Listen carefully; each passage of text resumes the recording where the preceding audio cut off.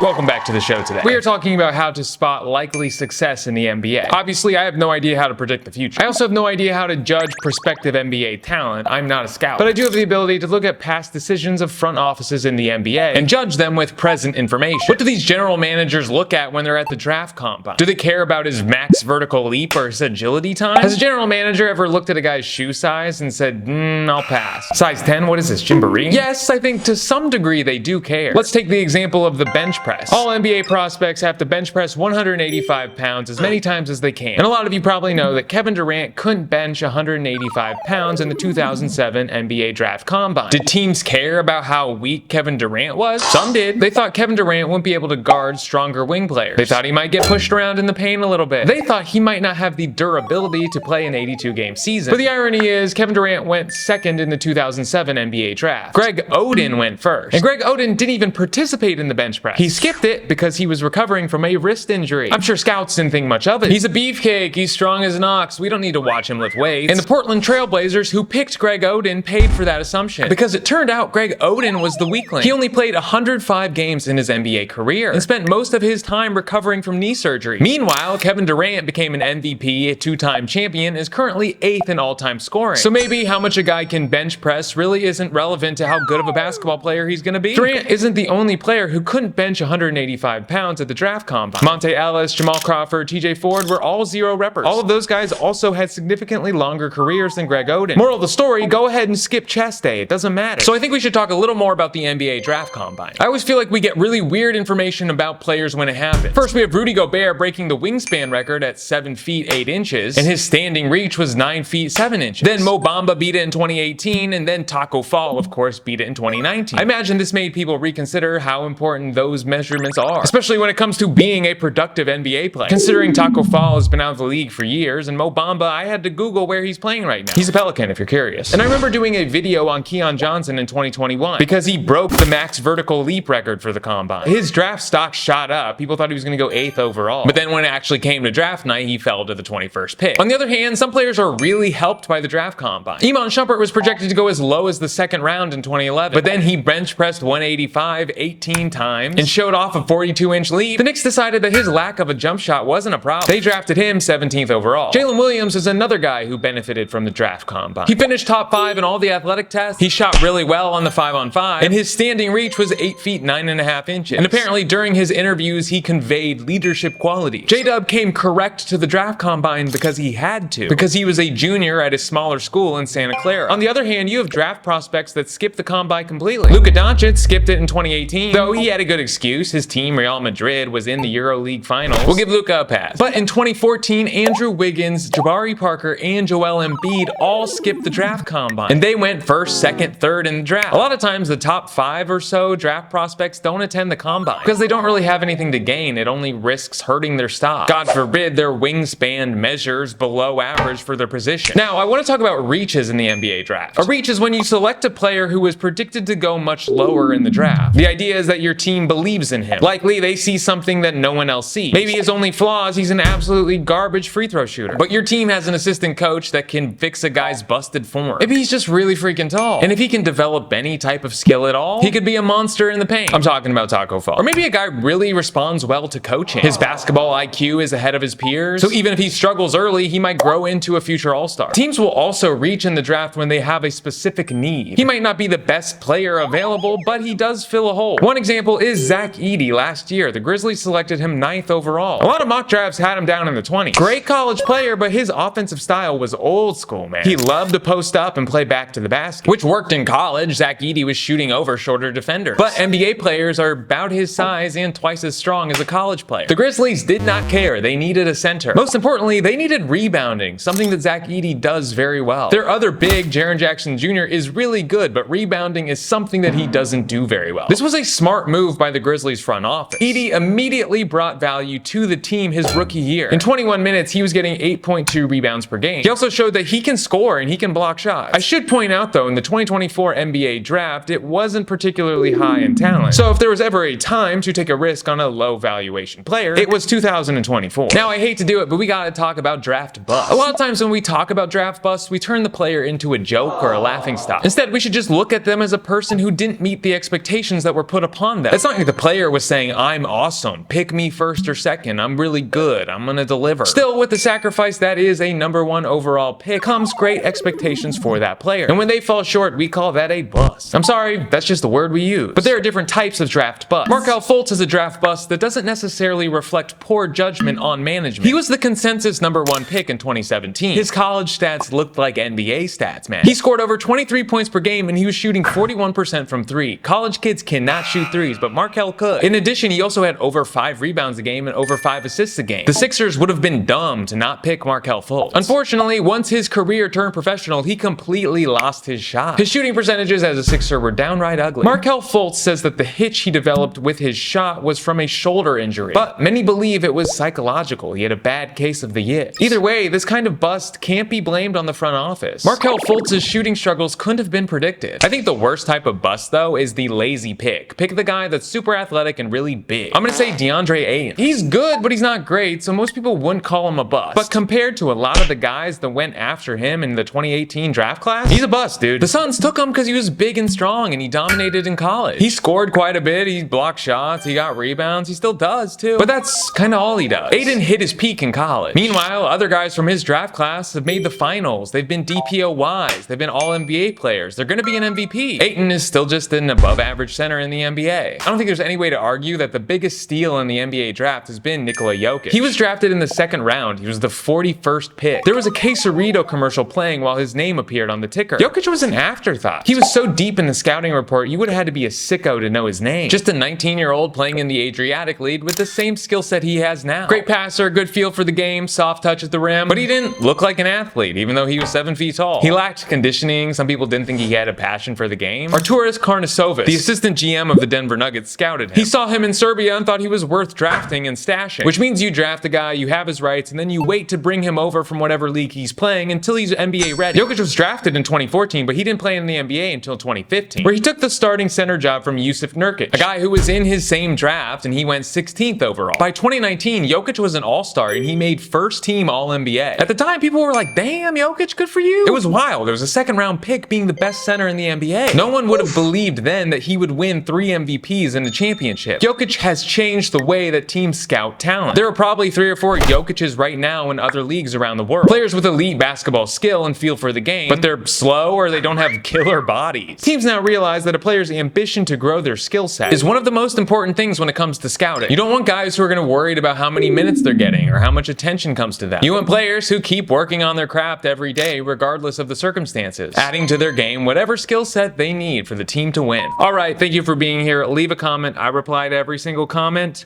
Like the video. People like the video. So, be good to your mothers. Give me a recommendation. I forgot to say that. Be good to your mothers. This was a recommendation, I think. Be good to your mothers. Eat a corn dog.